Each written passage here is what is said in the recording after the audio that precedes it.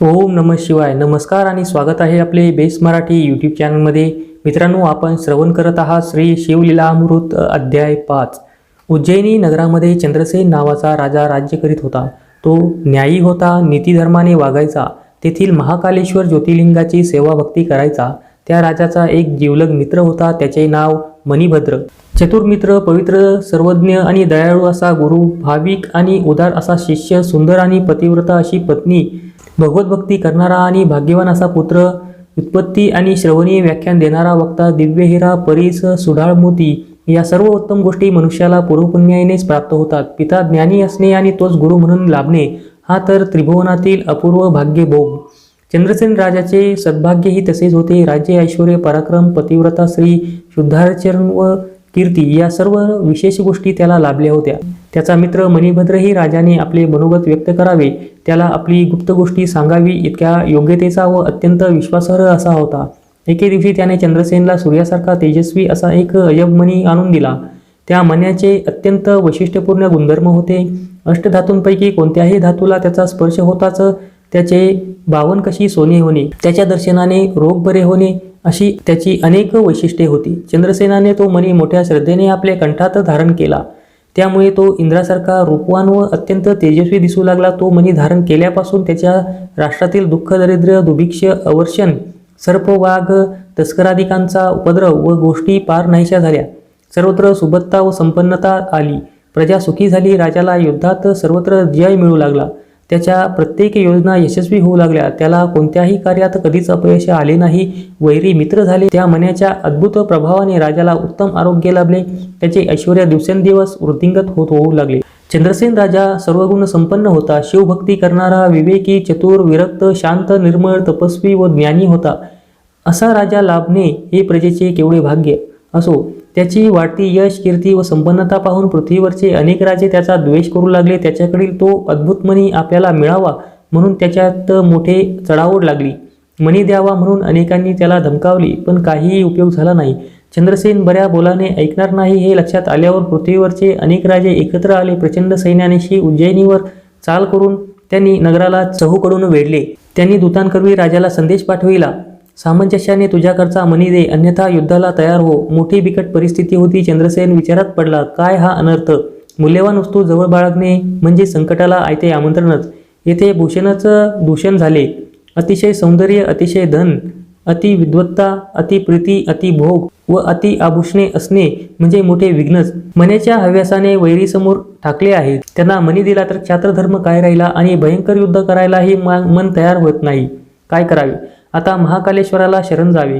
तोच आपला स्वामी आहे. तो दीनांचा रक्षक, जगाचा उद्धारक, भक्तवत्सल व निजभक्तांना संकटातून तारून नेणारा आहे. तो पार्वतीचा प्राणवल्लभ, तो त्रिपुरांतक, जगाचा आत्मा व जगदीश्वर आहे. तो म्हणजे शरणागतांना तारणारे वज्रकवच. तोच या संकटाचे निवारण करील.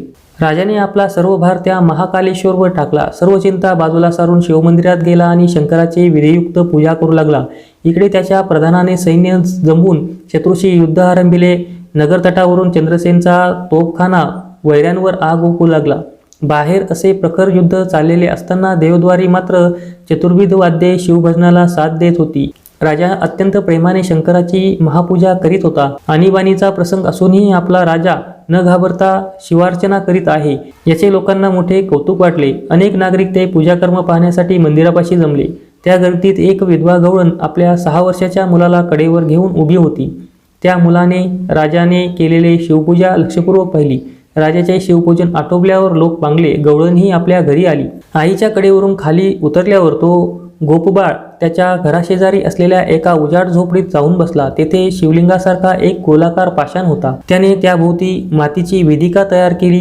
मग स्वहस्ते तयार केलेल्या त्या शिवप्रतिमेचे तो मनोभावे पूजा करू लागला. त्यावेळी तेथे कोणीच नव्हते म्हणून तो एकटाच शिवपूजेचा खेळ खेळत होता. त्याने अनेक लहान दगड जमविले आणि पद्मासन घालून बसला. मग राजाने केलेली पूजा मनोगत आठवून शंकराला एक एक उपचार अर्पण करू लागला. त्याला मंत्र, ध्यान, आसन या गोष्टी कशा माहीत असणार, पण तरीही तो प्रेमाने पूजन करीत होता. त्याने पिंडीला मातीचा टिळा लावला. हिरवे गवत व सुगंध असलेले रानफुले देवाला वाहिले. परिमल द्रव्य म्हणून मातीच उधळली. धूप, दीप, नैवेद्य म्हणून शिवाला पाषाणच वाहिले. ओंजळीत माती घेऊन तीच पुष्पांजली म्हणून समर्पित केली. मग त्याने हात जोडले, डोळे मिटले व महाकालेश्वर शिवलिंगाचे मनोमन स्मरण करू लागला. थोड्याच वेळात त्याला दृढ ध्यान लागले. तो देहभान विसरला.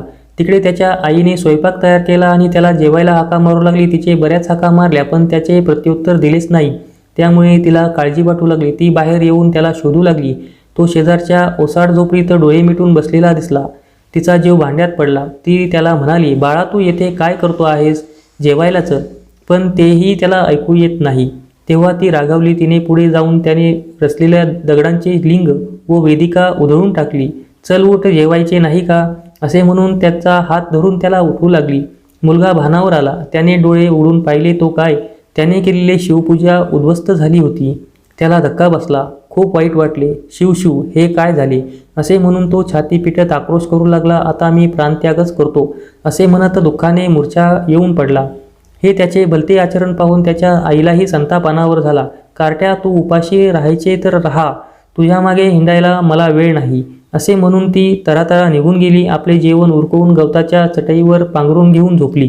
इकडे आपण केलेली पूजा भंगली म्हणून तो गोपबाळ हे शंकरा, हे शंभो, हे महाकालेश्वरा असा विलाप करीत रडत होता. तेव्हा त्या लहानग्या भक्ताचा मनोभाव पाहून त्या लीलानाटकी कैलासनाथाने तिथल्या तिथे एक अद्भुत चमत्कार केला. त्या गवताच्या पडक्या झोपडीच्या ठिकाणी रत्नखचित भव्य शिवमंदिर निर्माण केले. त्याचे खांब हिऱ्याचे होते. कळसही नानाविध दिव्य रत्नांनी अक्षरशः झळकत होता. त्या मंदिराची चारही महाद्वारे रत्नखचित व नक्षीदार होती. गाभाऱ्यात चंद्रापेक्षाही तेजस्वी असे मणिमय दिव्य लिंग होते. त्या मुलाने डोळे उघडले तेव्हा समोरचे दृश्य पाहून त्याला विश्वास बसला नाही. आपण स्वप्नात आहोत की स्वर्गात त्याला काहीच कळेना. त्याने गाभाऱ्यात जाऊन शिवाचे दर्शन घेतले. तेथे राजोपचार पूजा सामग्री तयार करून ठेवलेली दिसली. त्यावेळी त्याला झालेला आनंद काय वर्णवा. तो तेथेच आनंदाने नाचू लागला. त्याने शंकराची भक्तिभावाने षडोपचार पूजा केली, पुष्पांजली वाहिली. मग अत्यंत उल्हासाने शिवनाम घेत नाचू लागला. ते पाहून शंकर प्रसन्न झाले. त्याला सन्मुख प्रकट होऊन ते म्हणाले, बाळ मी तुझ्यावर प्रसन्न आहे, तरी वरदान म्हणून मागून घे. तेव्हा तो गोप बाळ म्हणाला, देवा माझ्या आईने तुझी पूजा उडवून लावली म्हणून तू रागावू नकोस.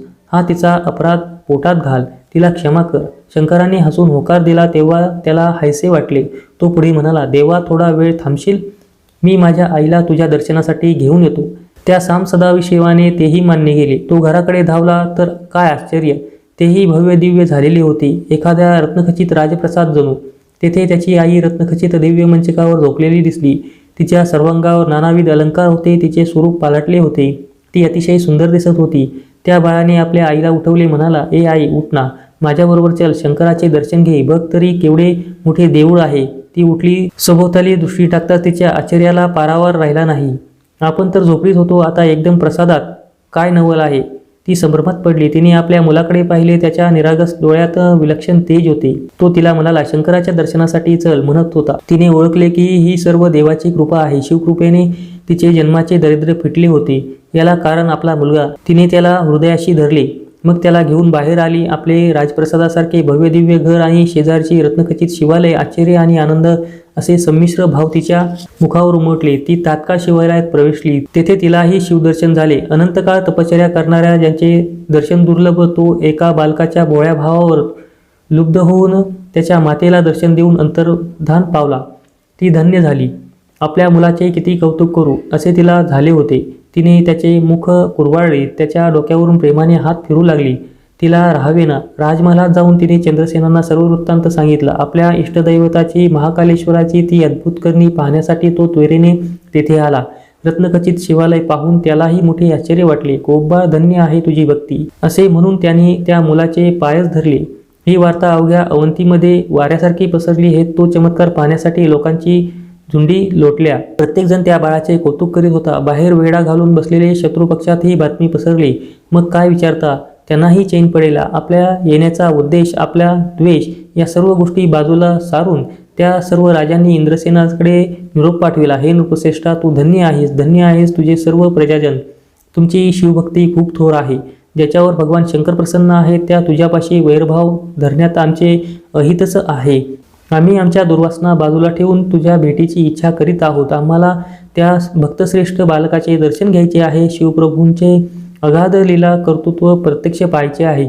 तो निरोप करताच चंद्रसेनाने युद्धाला विराम दिला प्रधानासमवेत नगराबाहेर येऊन सर्व राजांना प्रेमाने भेटला.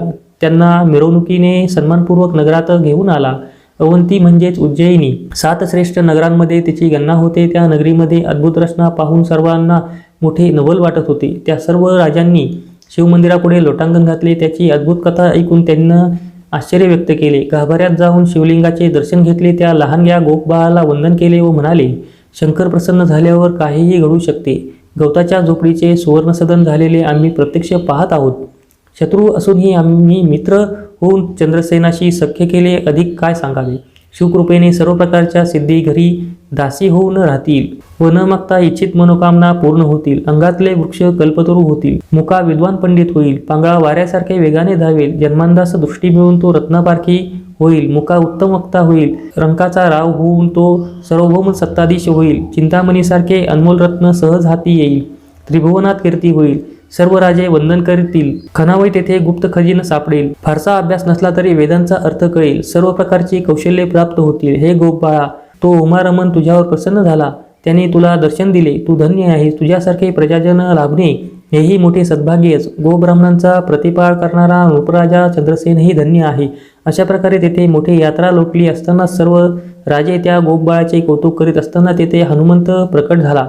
वायुपुत्र अंजनीकुमार रामचरणीचा भ्रम, सीतेला दिलासा देणारा, लंकेचे दहन करणारा, मदनावर विजय मिळवणारा, द्रोणाच्या लुपटून नेणारा, लक्ष्मणाचे प्राण वाचविणारा, अर्जुनाच्या ध्वजस्तंभावर बसून त्याचे रक्षण करणारा आणि स्वपराक्रमाने 14 भुवनी महान कीर्ती प्रस्थापित करणारा 11वा रुद्रावतार मारुती, तो तेथे प्रकट होताच उपस्थित सर्वांना अपार धन्यता वाटली. सर्व राजे त्याच्या चरणी लोटले. हनुमंताने त्या गोपबाळाला मोठ्या प्रेमाने आपल्या हृदयाशी धरले. त्याला नमः शिवाय या शिवपंचाक्षरी मंत्राचा उपदेश केला. त्याला न्यास, मातृका व ध्यान कसे करावे ते शिकविले. प्रदोष व सोमवार व्रत कसे करावे त्याची माहिती दिली. त्या रामदूताने गोपबाळावर कृपादृष्टी टाकली. आपल्या वरदहस्त त्याच्या मस्तकी ठेवला. त्याच्या प्रसादाने त्या मुलाला 14 विद्या 64 कला प्राप्त झाल्या. हातावरील आवळ्याप्रमाणे सर्व गोष्टी स्पष्ट ज्ञान झाले. त्याने त्याचे नाव श्रीकर असे ठेवले. तेव्हा सर्व राजे त्याचा जय जयकार करू लागले. देवांनीही आनंदाने पुष्पवृष्टी केली. हनुमंत त्या मुलाला म्हणाला, श्रीकरा, तू सर्व प्रकारचे सौख्य व आनंद प्राप्त होतील. तुझ्या 8व्या पिढीत गोकुळामध्ये नंदाचा जन्म होईल. तो गोपांचा राजा असेल. भगवान विष्णू वासुदेव देवकीचा पुत्र श्रीकृष्ण म्हणून अवतार घेईल. तेव्हा हा नंद त्याचा धर्मपिता होऊन त्याचे संगोपन करील. तो श्रीकृष्ण गोकुळात अनंत लीला करील. कंस व शिशुपालादिकांचा वध करून पृथ्वीवरील दैत्यभार उतरविल. पांडवांकडून कौरवांचा नाश घडवून आणील. जपमाळेचे मणी जसे परतून येतात तशी श्रीहरीची अवतार स्थिती आहे. तो भक्तांसाठी पुन्हा पुन्हा अवतार घेतो. हनुमंताने श्रीकराला अनेक शुभाशीर्वाद दिले आणि तो अंतर्धान पावला. तेव्हा सर्व राजांनी श्रीकराच्या सद्भाग्याची प्रशंसा केली. त्याच्याबद्दल धन्योद्गार काढले. प्रत्यक्ष रामभक्त हनुमान ज्याचा सद्गुरू आहे त्याला कसली कमतरता. चंद्रसेन राजाने सर्व भूपतींचा वस्त्रे आभूषणे देऊन थोर सन्मान केला. तेही आनंदाने स्वस्थानी परतले. मग श्रीकर व चंद्रसेन नित्यनेमाने प्रदोष व सोमवार व्रत करू लागले. ते दोघे शिवरात्र उत्सवाने साजरी करू लागले. याचकांना दानधर्म करीत शिवलीलांचे श्रवण करीत त्यांनी आपले आयुष्य शिवभक्तीतच व्यतीत केले. त्यांना अंती परमगती मिळाली. ते शिवपदास पोहोचले. तर अशा प्रकारे आपण अध्याय 5 चे श्रवण केलेले आहे. पुढील अध्याय देखील आपण पुढील व्हिडिओमध्ये श्रवण करणार आहोत. ओम नमः शिवाय.